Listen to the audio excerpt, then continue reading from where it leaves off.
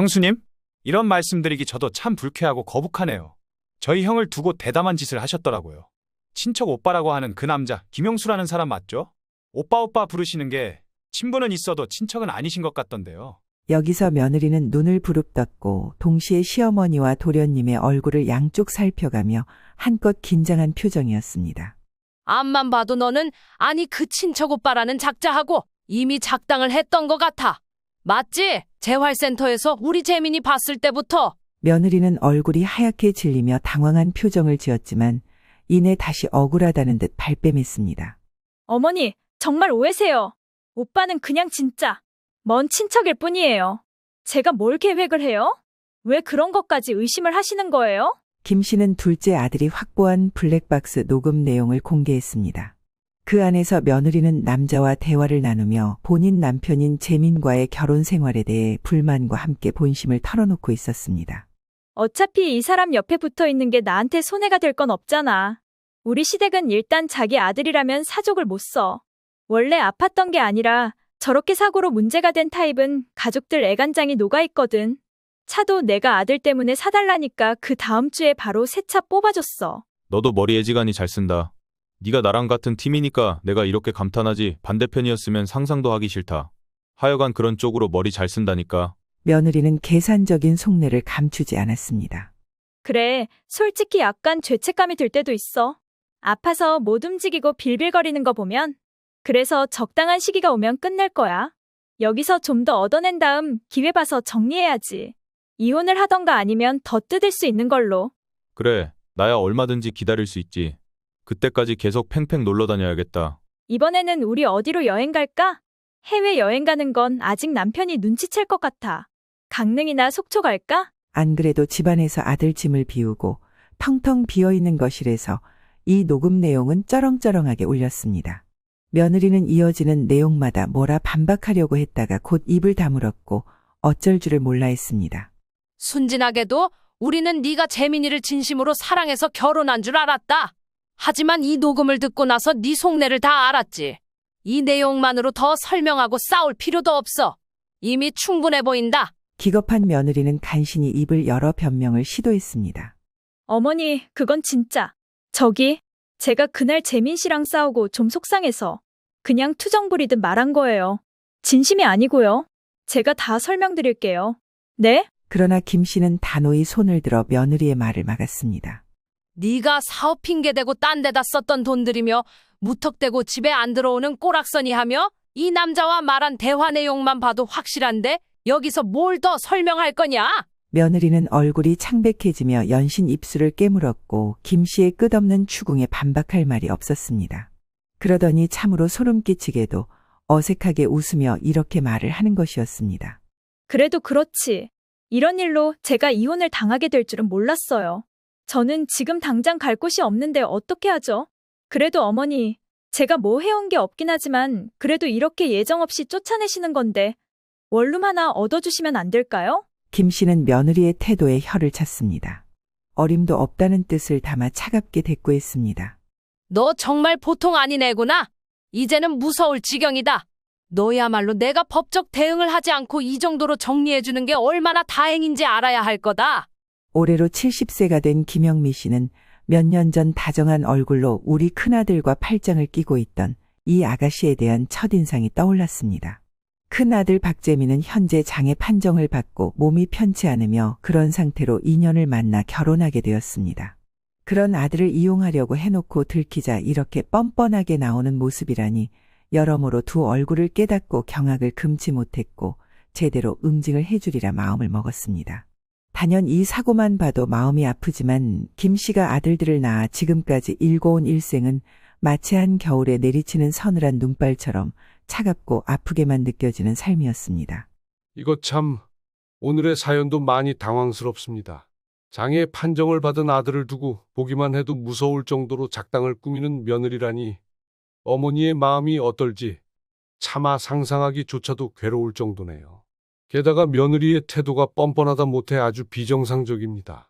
한번 바로 들어보도록 하겠습니다. 김 씨의 남편은 40대 초반의 경찰로 근무하던 중 큰 사고를 당했습니다. 장기간 의식을 잃은 상태로 병상에 누워 있었고 결국 긴 투병 끝에 세상을 떠났습니다. 남편은 가족을 위해 헌신하며 늘 든든한 버팀목이 되어주던 존재였기에 그의 부재는 김 씨와 두 아들에게 큰 상실감으로 다가왔습니다. 특히 큰아들 재민에게 아버지의 죽음은 감당하기 힘든 충격이었습니다. 겨우 10살이었던 아들은 어린 나이에도 불구하고 동생을 돌보며 어른스러운 모습을 보이기 시작했습니다. 재민은 아버지가 병상에 누워있는 동안 매일 병원을 찾아갔습니다. 매번 아버지의 손을 꼭 잡고는 간절히 회복을 바라며 속삭이곤 했습니다. 아빠, 우리 빨리 집에 가요. 같이 놀아야죠. 그러던 어느 날 초등학교에 막 올라간 둘째 아들이 병실에 들어와 아빠가 매일 잠만 자는 걸 보고 투정을 부리기 시작했습니다. 우리 아빠는 맨날 뛰어다니면서 목마도 태워졌는데 이제는 잠만 자서 심심해. 울먹이는 동생을 본 재민은 말없이 동생을 다독이며 조용히 달래주었습니다. 괜찮아. 아빠는 곧 나을 거야. 하지만 김 씨는 어른스러운 척하는 재민의 모습을 보며 눈물 나도록 가슴이 아팠습니다. 남편을 잃은 후 김영미 씨는 홀로 두 아들을 데리고 새로운 삶을 시작하기 위해 강원도로 이주했습니다.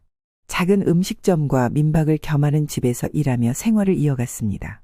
김 씨는 음식 준비와 손님 맞이를 도맡아 하며 민박과 식당을 운영하는 동업자와 생활비를 나누어 사용했습니다. 그렇게 민박집의 작은 방에서 두 아들과 함께 살며 경제적 부담을 줄일 수 있었습니다.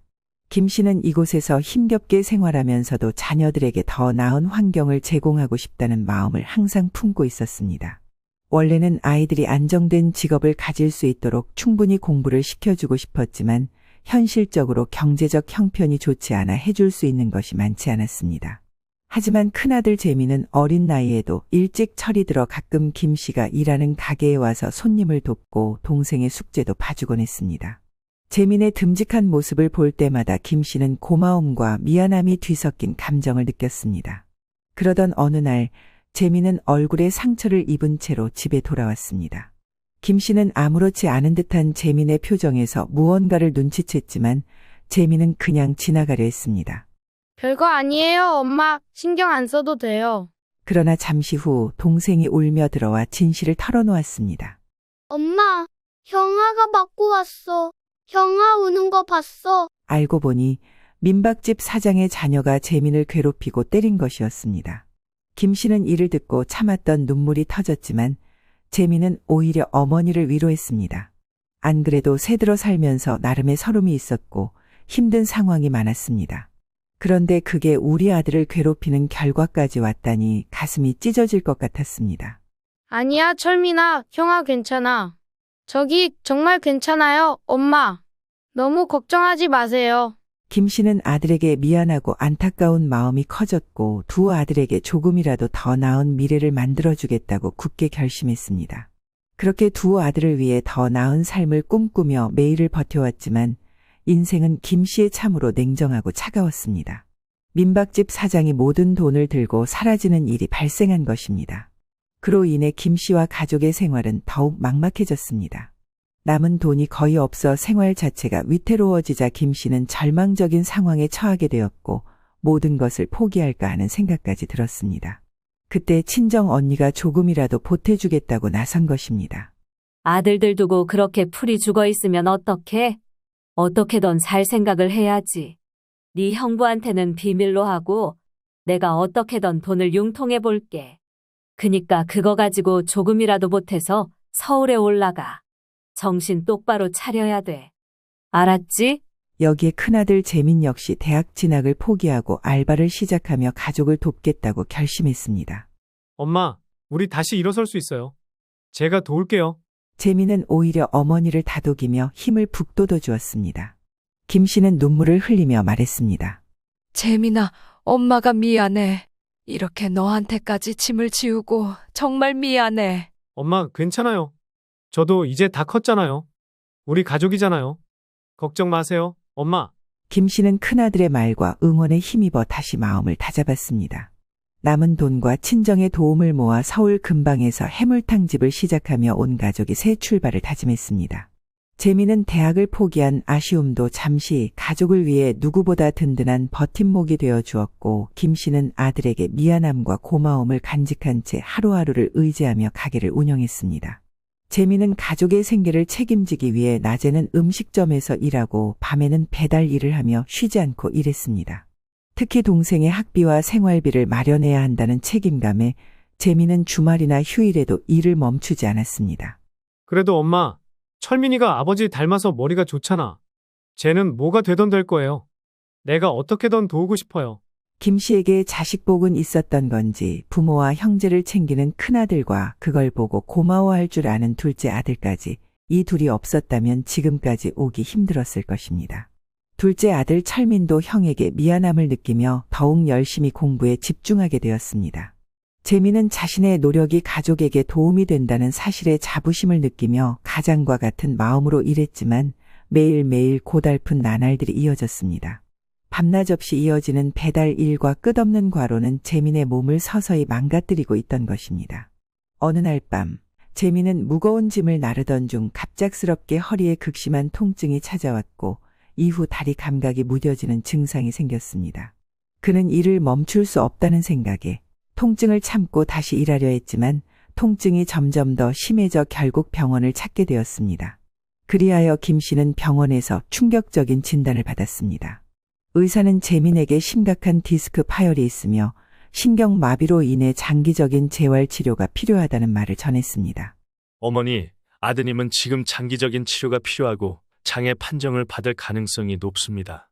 의사는 안타깝다는 표정으로 무겁게 입을 뗐습니다. 김 씨는 눈앞이 캄캄해졌습니다. 세상에, 말도 안 돼. 아니에요. 그럴 리가요. 우리 재민이가 얼마나 힘들게 살아왔는데 이게 무슨 일이에요. 재민도 이 사실을 듣고 충격에 빠진 듯했고 입을 열지 못했습니다. 그러면서도 애써 어머니를 위로하고 싶었는지 목이 메인 목소리로 괜찮다고 말을 했습니다. 하지만 김 씨는 감정을 주체하지 못하고 눈물을 흘리며 재민의 손을 꼭 잡았습니다. 재민아, 내 아들. 엄마가 할 일까지 너 혼자 다 하느라 이렇게 된 것 같아. 엄마가 큰 죄를 지었다, 너한테. 결국 그때 옆에 있던 동생이 형의 아픔을 견디지 못하고 숨죽여 눈물을 흘렸습니다. 형, 나 때문에 형이 이렇게 된 거야. 내가 공부하고 싶다고 해서 다 내 탓이야. 아니야. 왜 그렇게 말을 해? 나는 진짜 괜찮아. 좋아질 거니까. 다들 너무 그렇게 걱정들 하지 마세요. 열심히 재활도 하고 치료할 테니까요. 김 씨는 이 상황을 보며 아들 말처럼 마냥 슬퍼할 수도 없겠다는 생각이 들었고 힘을 내보겠다고 결심했습니다. 하지만 이제 진짜 현실로 돌아와 장애 판정을 받고 일상생활조차 어려워진 상황이란 재민에게 큰 충격이었습니다. 얼마가는 깊은 좌절과 시리에 빠졌습니다. 자신이 더 이상 예전처럼 일을 할 수 없다는 사실이 재민에게 크나큰 상실감으로 다가왔던 것입니다. 어머니가 곁에서 아들을 응원하고 있었지만 줄곧 마음이 약해지기도 했습니다. 엄마, 나는 이런 말 하면 안 되는 거 아는데 그렇게 열심히 살아왔는데 세상에서 쓸모없어지기도 하고 모든 게 다 공허하고 의미가 없네요. 아니야, 우리 아들. 네가 왜 쓸모가 없니? 당장 엄마는 네가 눈앞에서 1초라도 없다고 생각하면 엄마는 못 살아. 철민이는 어떻겠니? 철민이는 제 아버지처럼 너를 따르고 형 말이라면 무슨 신용이라도 하는 애야. 우리 가족에게 너는 숨 같은 존재라고. 그렇게 생각하지 말아라, 우리 아들. 김 씨는 아들을 달래고 나온 뒤 복도 밖에서 몇 번이나 울음이 차오르는 것을 참으며 흘러내리는 눈물을 연신 닦았습니다. 일단 재민은 재활치료를 받으며 일상으로 돌아가려 애썼지만 장애로 인한 편견과 자존감 저하로 심리적 고통을 겪어야 했습니다. 매일 재활치료를 받는 동안에도 일상으로 돌아갈 수 있을지 불안감에 시달렸습니다. 그동안 가족의 생계를 책임졌던 그였지만 점점 자신이 없어졌던 것입니다. 그 사이 동생은 악착같이 공부에 매달리며 형이 자신에게 보태었던 노력에 답을 하겠다고 결심했습니다. 그러던 중 재민에게 새로운 전환점이 일어나게 되었는데 이 사실을 들었을 때 김 씨도 다소 생소하게 들렸습니다. 뭐라고? 만나는 아가씨가 있어? 아니 대체 언제? 나는 처음 듣는 소리인데? 생전 누구를 만나는지 연애에 대해 잘 알기나 하는지 싶었던 아들인데 현재 이렇게 불편한 몸 상태가 되어서 연애하는 아가씨가 있다는 것입니다. 사실 재민은 재활치료를 받기 위해 센터에 머무는 동안 한 여성을 만나게 되었습니다. 그러고 보니 김 씨가 재민을 돌보러 센터를 자주 방문할 때마다 마주쳤던 누군가가 있었던 것 같기도 했습니다. 하지만 그저 같은 공간에서 인사만 했는데 그 아가씨가 설마 아들과 인연이 되었을 줄은 꿈에도 생각 못했습니다. 요새 젊은 사람들이란 참 기묘하게도 인연이 되는구나. 그 아가씨도 누구 간병하러 왔던 거 아냐? 그러자 재민은 수줍게 웃으며 말했습니다. 친척 오빠가 사고가 났는데 돌봐줄 사람이 없어서 임시로 왔다 갔다 하고 있었나 봐요. 그분은 목이랑 허리 쪽 다 문제가 생겼고 아무튼 나처럼 허리에 문제가 있는 건 비슷해서 그런 걸로 얘기하다 보니까 좋은 감정이 됐어요, 엄마. 아들은 아주 낯설도록 붉어진 얼굴로 말을 했고 그 다음 재활센터에 갈 때는 김 씨도 괜히 일찍부터 따라가 봤습니다. 근데 때마침 그 아가씨가 김 씨에게 다가와 인사를 했습니다. 이미 이전에 봤을 때도 밝고 이쁘장한 인상이라고 생각했는데 아들의 이야기를 듣고 다시 이렇게 마주하니 뭔가 더 친근하게 느껴졌습니다. 안녕하세요. 오늘도 이렇게 뵙네요. 저기, 오늘 재민 씨 컨디션이 많이 좋아진 것 같아요. 이때 자연스럽게 아들은 아가씨를 소개했고 그렇게 셋은 어색하게 하지만 밝은 분위기로 대화를 나눴습니다. 내가 아들한테 얘기 듣고 많이 놀랐어요. 그나저나 아가씨는 참 착하네요. 그렇게 젊고 예쁜 나이에 아픈 사람 돌봐주러 왔다 갔다 하기 쉽지 않은데 말이에요. 아니에요. 저도 여기에 친척이 입원해 있어서 자주 들렀어요. 근데 재민 씨랑 어쩌다 보니 친해지게 되었어요. 성실하고 유머도 있고 그래서 좋은 감정을 갖게 된 것 같아요. 이렇게 가볍게 소개를 한 뒤 자연스럽게 두 사람은 가까워졌고 서로에 대한 호감을 키워가며 김 씨의 응원 속에 교제하게 되었습니다. 그러다 결혼 얘기까지 빠르게 나오게 된 것입니다.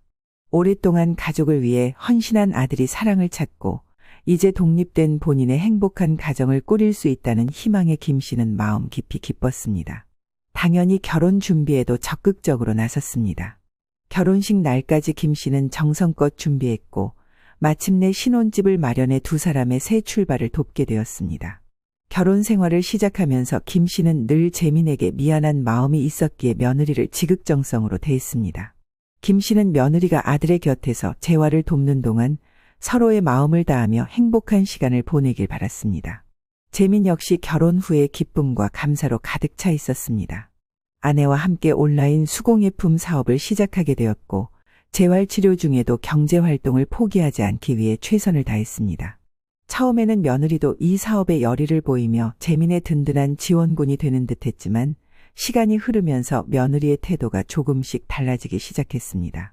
이때 사업을 돕겠다는 명목으로 김 씨를 찾아왔고 꽤 구체적으로 요청사항을 전달했습니다. 저희 물건들 싣고 다니고 사람들 만나고 하려면 차가 꼭 필요해서요. 남편은 운전하기 힘들고 저라도 남편 태우고 다니면서 일하려고요. 차량만 있으면 더 효율적으로 일할 수 있어요. 김 씨는 아들의 재활과 사업을 위한 일이라 믿고 기꺼이 차량을 지원해 주었습니다. 사실 서울로 올라와 힘겹게 생활하는 동안 김 씨는 악착같이 재산을 불려왔습니다. 가게도 운영하고 쪽방 공간을 사서 세를 주기도 하고 적어도 빚을 조금 얻어 아들 장가를 보내고 차를 한 대 사줄 정도는 있었던 것입니다. 여러모로 아들의 장애를 알고도 결혼해준 며느리가 고마웠고 둘이 잘 살겠다는데 당연히 지원해주고 싶었습니다. 그리고 그 차를 사주면서 이후 더 삶이 편해지고 꿈을 펼쳐나갈 아들의 모습을 기대하게 되었습니다. 하지만 이 꿈과 달리 차량이 생긴 이후에도 아들은 그 차를 단 한 번도 타보지 못했습니다. 며느리는 차를 가지고 집을 자주 비웠고 집에서 얼굴을 보기가 점점 어려워졌습니다. 이 사실은 아들을 통해 듣게 되었습니다. 나 허리가 심각하게 안 좋으니까 차 안에 타 있는 것도 불편하고 지금은 와이프 혼자서 왔다 갔다 하고 있어요, 엄마. 그래? 너랑 같이 움직일 거라고 해서 차를 사줬는데 그래도 사업을 위해서라니 어쩔 수 없겠구나. 네, 엄마. 애초에 목적이 사업 때문이었는걸요. 저 대신 와이프가 알아서 잘하겠죠. 그러던 어느 날 김 씨는 집 근처에서 우연히 며느리의 차를 보게 되었고 그 차에서 생전 처음 보는 남자가 내리는 모습을 목격했습니다. 김 씨는 순간 깜짝 놀라며 생각했습니다. 아니, 저 사람이 누구야? 왜 우리 아들 며느리 차에서 내리는 거야? 게다가 조수석에서 내리다니. 남녀가 저렇게 붙어서 다녀도 되는 건가? 하지만 바로 물어보지 못하고 집으로 돌아왔습니다. 이후에도 며느리가 차량을 사용하는 시간이 늘어나며 연락이 잘 닿지 않는 경우가 많아졌고 시댁 경조사에도 잘 오지 않았습니다. 아무리 사업이 바쁘다지만 정작 아들과도 함께하는 시간이 줄어들고 있다는데 이렇게 결혼 생활에서도 소홀한 모습을 보이자 김 씨는 점차 의심을 품게 되었습니다. 게다가 의심의 박차를 가하게 된 사건이 하나 있었는데 어느 날 김 씨는 미납 고지서를 받고 깜짝 놀랐습니다. 평소 재민의 재활치료비가 자신의 계좌에서 자동이체로 빠져나가도록 설정해 두었기에 이런 통보가 본인에게 왔던 것입니다. 김 씨는 장애 지원금이 재활치료비로 사용되고 있을 거라 믿었기에 미납된 이유를 이해할 수 없었고 곧바로 며느리에게 물었습니다. 예, 내 앞으로 지금 재활치료비 미납 고지서가 왔더라. 재민이의 지원금이 따박따박 나오고 있을 텐데 그걸로 내고 있던 것 아니었어? 김 씨가 조심스럽게 물었으나 며느리는 약간 불편한 표정을 지으며 대답했습니다. 물론 잘 쓰고 있어요. 어머니. 그런데 남편 계좌는 제 앞으로 돌려주시면 좋겠어요. 진즉 제 앞으로 해두셨으면 그렇게 관리해도 됐었을 텐데요. 저도 깜빡했어요. 이때 며느리는 기분이 언짢은 듯 말하며 살짝 화를 내는 기색도 보였습니다. 김 씨는 순간 당황하면서도 이런 태도에 더 큰 의문을 품게 되었습니다. 김 씨는 말을 아끼며 상황을 지켜보았지만 며느리의 태도에서 어딘가 이상한 낌새를 느꼈습니다. 그러던 중 김 씨는 재민의 지원금이 다른 용도로 쓰이고 있을 가능성을 의심하게 되었습니다. 그러나 명확한 증거가 없는 상황에서 며느리에게 직접적인 의문을 던지는 것이 쉽지 않았습니다. 하지만 며느리가 집에 부재 중일 때가 점점 늘어나 시간이 갈수록 의심스러워졌고 아들 재민과의 관계도 멀어지는 듯했습니다. 심지어 친정에 간다며 자주 집을 비웠고 연락이 잘 닿지 않는 날도 많아졌습니다. 김 씨는 며느리가 금전적 이득만을 취하면서도 본인 남편과의 관계는 전혀 신경 쓰지 않는 것이 아닌가 하는 생각을 떨칠 수 없었습니다. 안 되겠다 싶었던 김 씨는 아들로부터 부부가 함께 사용하고 있다는 통장을 받아보게 되었습니다. 그렇게 계좌와 관련된 몇 가지 문서들을 살피던 중 지원금이 예전에 말했던 것과 다르게 사용되고 있다는 단서를 발견했습니다.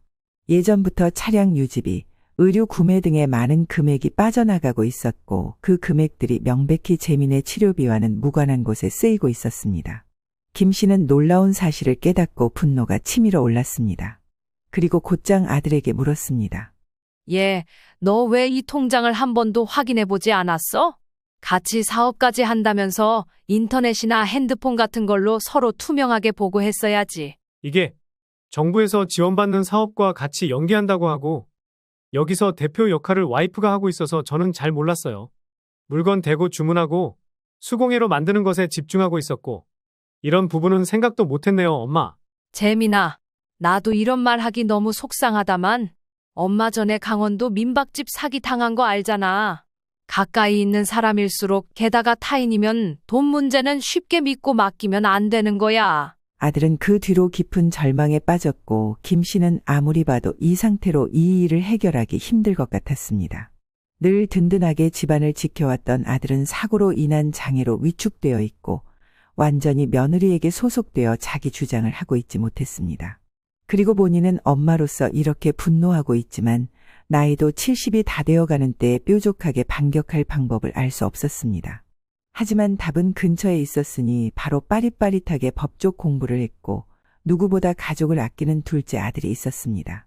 이 사실을 전부 알린 뒤 본격적으로 상황에 대해 제대로 조사를 하게 되었습니다. 둘째 아들 철민은 내용을 전달받은 뒤 매우 화가 났으나 감정대로 대처하지 않고 차분하게 상황을 정리했습니다.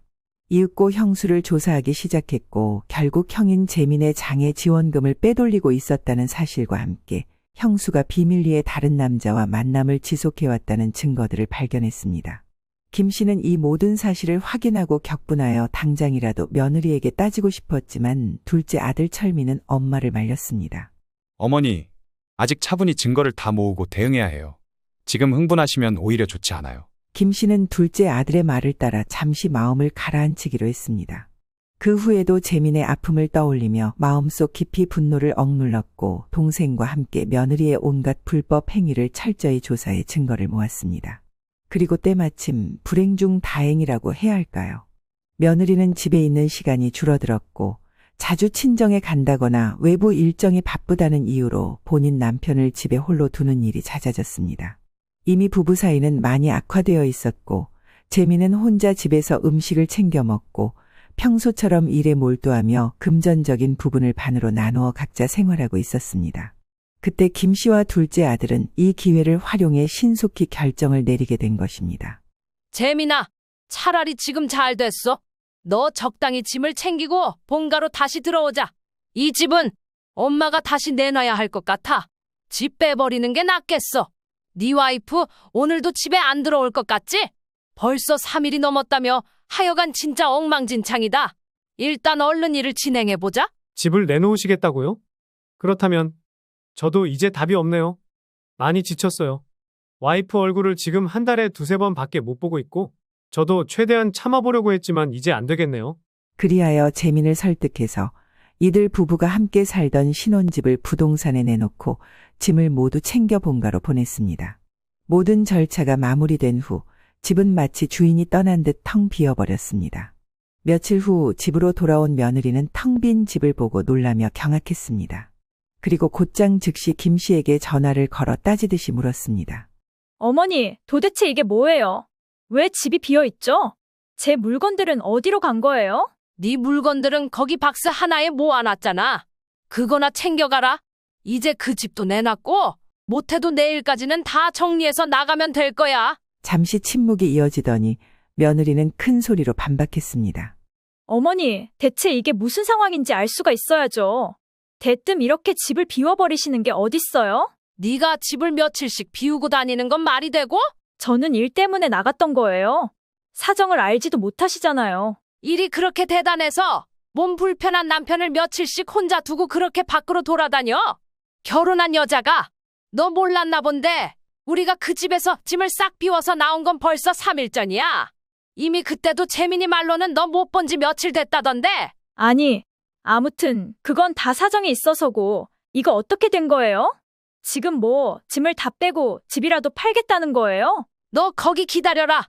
안 그래도 할 얘기 있어서 갈 거니까 딱 기다리고 있어. 김 씨는 둘째 아들을 동행하고 신혼집에 도착했고 잔뜩 날이 선 며느리와 마주했습니다. 그리고 며느리의 눈앞에서 준비된 자료들을 차례로 꺼내며 진실을 하나하나 폭로하기 시작했습니다. 너 사업 얘기하면서 뭐 제대로 된 게 없던데? 재민이 통장 보니까 지원금 들어온 것도 다 네 통장으로 이체시켜버리고 심지어 어떤 건 겁도 없이 그 돈들 갖고 잘도 외식하고 여기저기 썼더라. 그건 몇 번이나 말씀드리는 거지만 사업 때문에 사람 만나면서 쓰게 된 거고요. 지원금이 거기 겹쳐서 들어오는지 저는 몰랐어요. 그리고 말이야, 얘기할 게 한두 가지가 아니야. 너 그 차에 웬 남자도 같이 태워 다니더라. 그건 친척 오빠예요. 오빠에 대해서는 남편도 알 텐데요? 그래, 재민이도 알더라. 재활센터에 네가 있었던 것도 그 친척 오빠 때문이라며? 얼마나 각별한지 친척 오빠랑 그렇게 다정하게 지내. 네 지금 남편이랑 살던 거 다 정리하고 그쪽이랑 같이 살 계획을 세웠더라. 아니에요. 그건 그냥 무슨 말씀하시는지 모르겠어요. 여기서 둘째 아들은 굳은 표정으로 녹음된 내용을 오픈했습니다. 형수님, 이런 말씀드리기 저도 참 불쾌하고 거북하네요. 저희 형을 두고 대담한 짓을 하셨더라고요. 친척 오빠라고 하는 그 남자 김영수라는 사람 맞죠? 오빠 부르시는 게 친분은 있어도 친척은 아니신 것 같던데요. 여기서 며느리는 눈을 부릅떴고 동시에 시어머니와 도련님의 얼굴을 양쪽 살펴가며 한껏 긴장한 표정이었습니다. 앞만 봐도 너는 아니 그 친척 오빠라는 작자하고 작당을 꾸민 게 맞아. 재활센터에서 재민이 봤을 때부터 그랬던 거 맞지? 며느리는 얼굴이 하얗게 질리며 당황한 표정을 지었지만 이내 다시 억울하다는 듯 발뺌했습니다. 어머니, 정말 오해세요. 오빠는 그냥 진짜 먼 친척일 뿐이에요. 제가 뭘 계획을 해요? 왜 그런 것까지 의심을 하시는 거예요? 김 씨는 둘째 아들이 확보한 블랙박스 녹음 내용을 공개했습니다. 그 안에서 며느리는 남자와 대화를 나누며 본인 남편인 재민과의 결혼 생활에 대해 불만과 함께 본심을 털어놓고 있었습니다.